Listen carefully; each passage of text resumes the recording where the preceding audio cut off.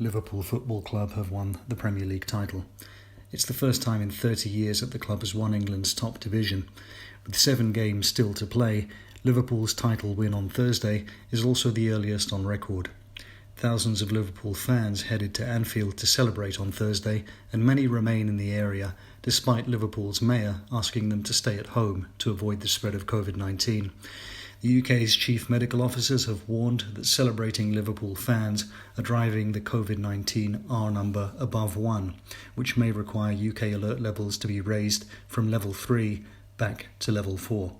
I spoke to both fans on their way to Anfield on Thursday and Liverpool manager Jurgen Klopp.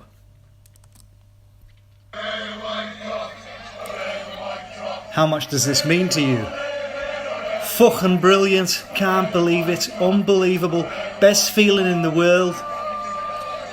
What about COVID-19? Is there not a risk that such a mass gathering may spread the virus further? Fuck COVID-19, fuck lockdown, this is our moment.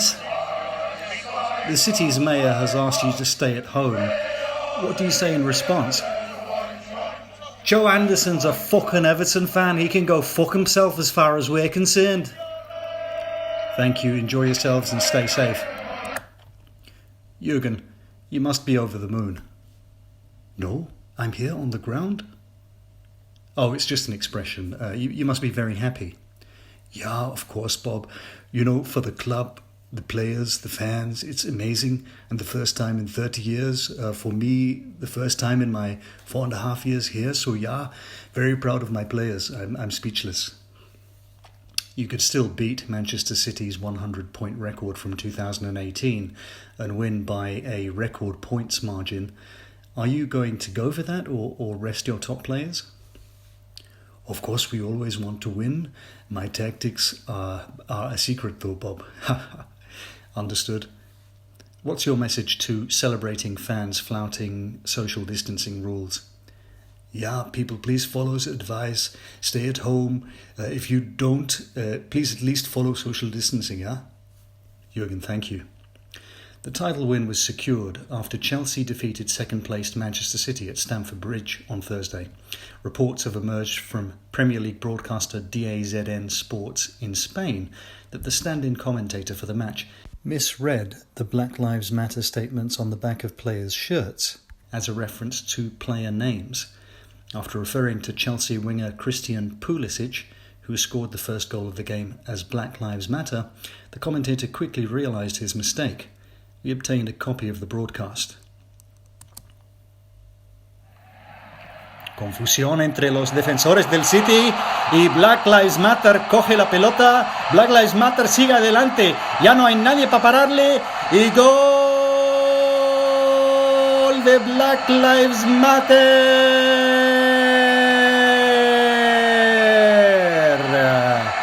Ay, perdón. No se llama Black Lives Matter, el chaval, se llama Christian Pulisic.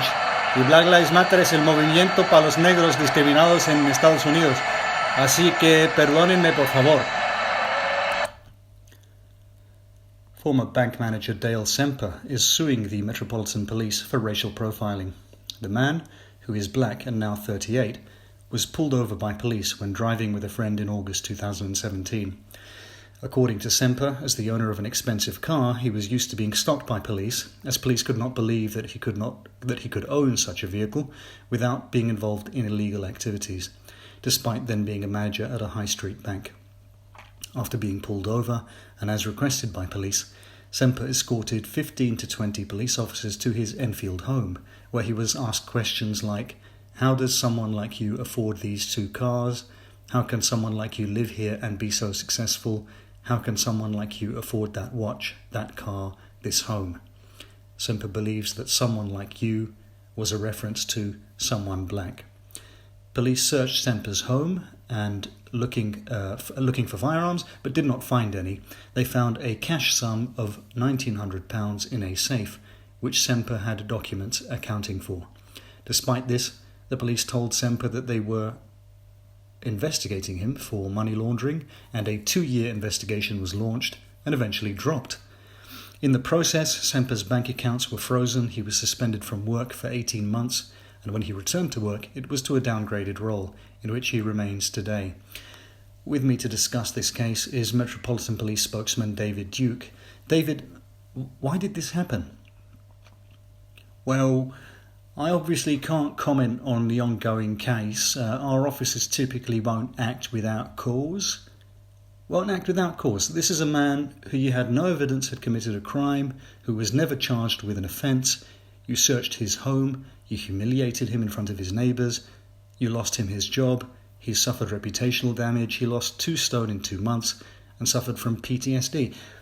What cause did you have to act? Look,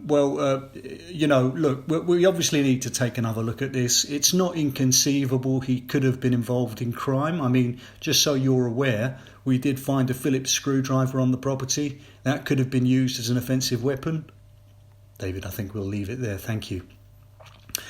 Israeli Prime Minister Benjamin Netanyahu has reiterated plans to annex further parts of the occupied West Bank next month. We were given exclusive access to a socially distanced rap battle between him and Palestinian farmer Tamer Haddad. First to the Israeli PM.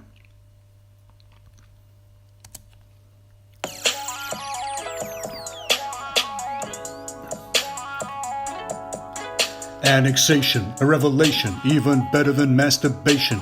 A glorious chapter of Zionism, movement to my syncopation. Jews have a right to this land. That's our historical narration. Stand in our way, Palestinians, and you'll face obliteration. Not to mention isolation, degradation, and discrimination. So move out of our way and make way for our expanding nation. They've accused me of corruption. I reject that insinuation. And now to Palestinian farmer Tamer Haddad.